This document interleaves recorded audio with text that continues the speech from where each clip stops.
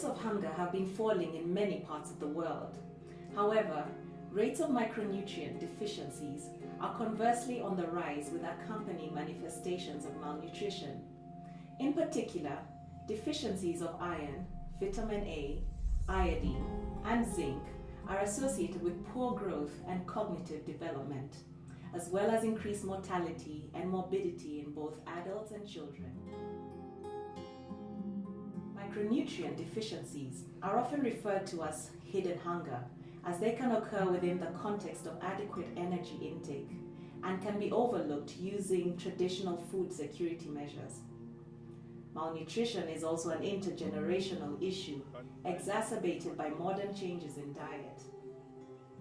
Only going back in time, 50 or 60 years, communities in Kenya had extensively used forests and trees to provide much of their dietary requirements. However, with forests and trees disappearing from landscapes, biodiversity and genetic resources for nutrient-dense foods and agriculture are being lost at an alarming rate. This worldwide trend, characterized by low dietary diversity, results in vitamin and mineral deficiencies. This can lead to serious and long-lasting consequences for individual well-being and countries' socio-economic development.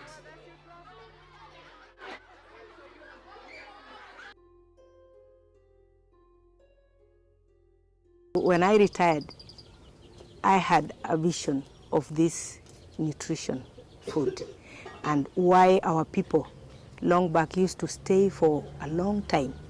But now the age limit is so low. But then I thought of the kind of food these people used to eat and even the fruits they used to eat. Agroforestry research indicates that there is much that can be salvaged. Fruit trees in the landscape, whether cultivated or wild, whether exotic or indigenous, are still valued and consumed by some members of communities. Particularly, nutrient-rich foods from indigenous trees are eaten by children as snacks when available from forests and remnant trees. We have several of the indigenous fruits.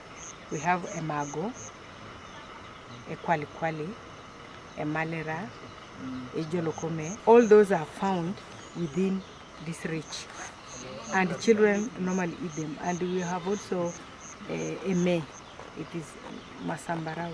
Mangoes, jackfruits. There's another fruit here called tope. We've got kunazi, nguguna, chocho, and such like. In our name, we call them Vitoria. They are also indigenous fruits, but I don't know them in English. Does everybody here like wild fruits? Yes. Which one? What else? But to ensure that these nutrient-rich resources remain available to communities, there is the need to raise awareness of their value, which is currently lacking in many countries across Africa. Because we don't know, that's why we are cutting them, so that we can get a place where we can plant some other things. Yeah, because it is a big tree which takes a lot of space, and yet we don't see the profit of it. Otherwise, if you continue coming and tell us the importance of that tree, then we can make use of it sometimes.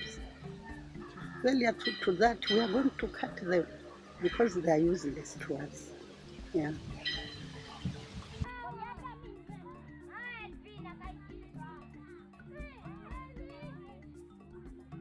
They do not value it as much as that because, as I've told you, this thing is being felt some other time because it is consuming space for other projects. So it is of no real value. Those few which are remaining are the ones which are sufficing the community. Because it is not planted, they find it naturally in the forest, so no one cares about it. You can find the baobabs having fallen down, nobody is there to pick them, they're just left there. Keeping trees in landscapes, domesticating and cultivating a diversity of species is important. The productivity of especially indigenous trees is often more adapted and resilient to adverse climatic conditions than that of annual crops. Tree foods also often provide a safety net during periods of crop failure and gaps created in seasonal crop production. Tree foods are particularly rich sources of vitamins, minerals, proteins, fats, and other nutrients. But for many indigenous and wild species, accurate information on their nutritional values is overlooked and severely lacking. Where such information is available for a few species, it remains virtually unknown where it's needed. For example, the iconic baobab tree is abundant in eastern and coastal Kenya. It can have up to 5 times higher vitamin C values than oranges, including a range of other nutrients, but almost no farmers are aware of this fact. The lack of awareness is not limited to nutrient values, but also to novel product development and the market potential of products, such as those that can be made from baobab and other fruits.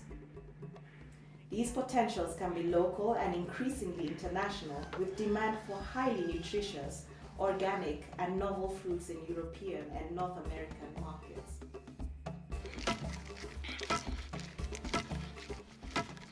I have a baobab like this. This is the malt first. If you open this, we get that one, and then we cook. We mix color and sugar. We make some bonbon. This is all the baobab. In Kenya, the indigenous fruit trees are very much undervalued. In other countries, there are markets developed and products developed for indigenous fruits. In Kenya, it is still in the beginning, and we want to promote that as well. One aspect is that the indigenous fruits, they are adapted to the local environment. Even with climate change, which is a big issue nowadays, these indigenous fruits are hard enough to survive and still give good harvest. So we want to promote that with farmers, to accept that better and to acknowledge the value of these things, and also by integrating that better into markets. So we provide training to farmers to process even wild fruits into a good product which they can sell and of course also use in their families. There are a number of research entry points which the World Agroforestry Center is exploring on showcasing the role of trees and agroforestry for improving nutrition, such as collecting largely absent data on tree and farm diversity and nutrition and consumption patterns for the development of fruit tree portfolios. These portfolios can also provide for year-round availability of fruits to fill seasonal food and nutritional gaps.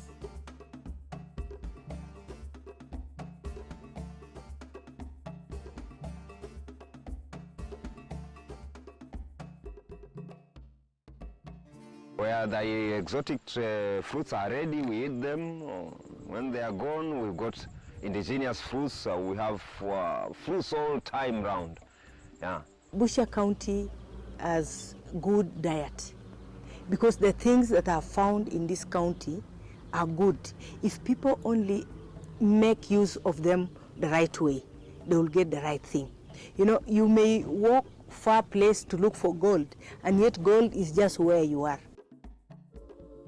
Furthermore, a number of ICRAF's decision support tools, such as VECEA, Vegetation Maps of Africa, are used to ensure the portfolios are ecologically suitable for current and future climates. Research has done a lot of work, and we must appreciate that. But a lot still remains to be done. Our role is to fill knowledge gaps and also to assess the different approaches we are using for their impact. We have so many indigenous species. Alone in Kenya, we have about 400 species which could be used as wild food. These 400 species, maybe of 2 of them, we have some nutritional analyses, and all the others are completely unknown. Then secondly, we have to test how we can get the planting material to the farmer best. Which system is the most efficient with regard to money, to quality, integration of the rural communities, to have sustainability. Then also in all our training approaches, we want to know what is the best method of training. Most problematic with regard to diets, because these are very cultural things. And here I think science should really help to find best ways. Test different approaches, Do impact assessment, and then let's go for the best one and refine it further to have it really very suitable and on the point to go to our goal to improve the situation of malnutrition.